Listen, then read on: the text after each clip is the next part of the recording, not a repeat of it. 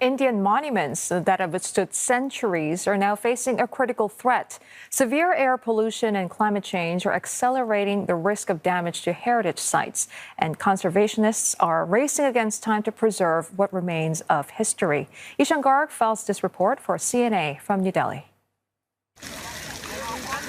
For 500 years, Humayun's tomb has survived floods, vandalism and neglect. But its walls, built during the Mughal era, now face an existential threat from unpredictable rainstorms, air pollution and slow upkeep. Its structures at risk of being weakened as polluted water gets lodged in these porous stones. It's almost like our skin, and the skin is porous, and you put a cling film around it, the cells start dying out.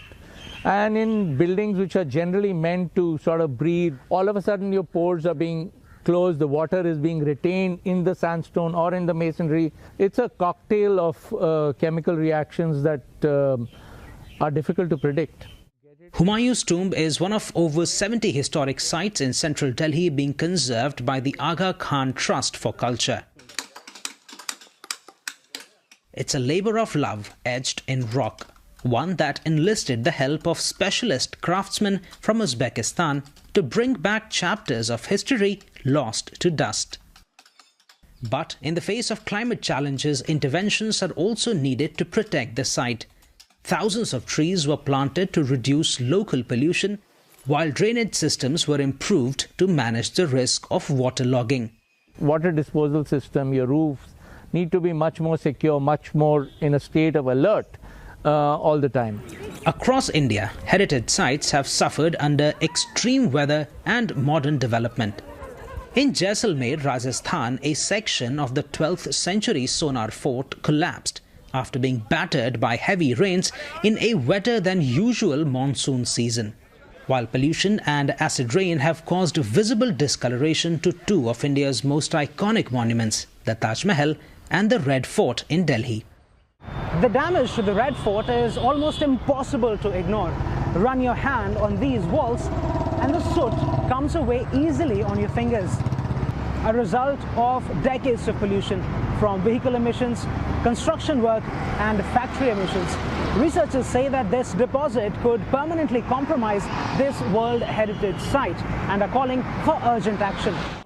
The government says over the long term, its climate policies will help prevent further damage to these monuments. Officials say half of India's electricity now comes from renewable sources and the country will be carbon neutral by 2070. In the meantime, early warning systems have also been installed at many sites.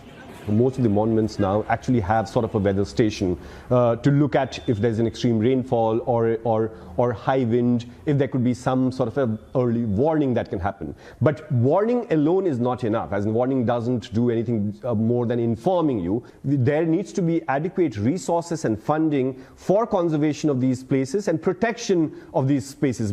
This year, India's main conservation body, the Archaeological Survey of India, received a 13% budget increase to $138 million.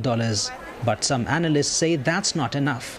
What they want is comprehensive risk assessments, regular inspections, and more funding for protective chemical treatments, recognizing that without these more substantial measures, they will only be chipping away at the problem.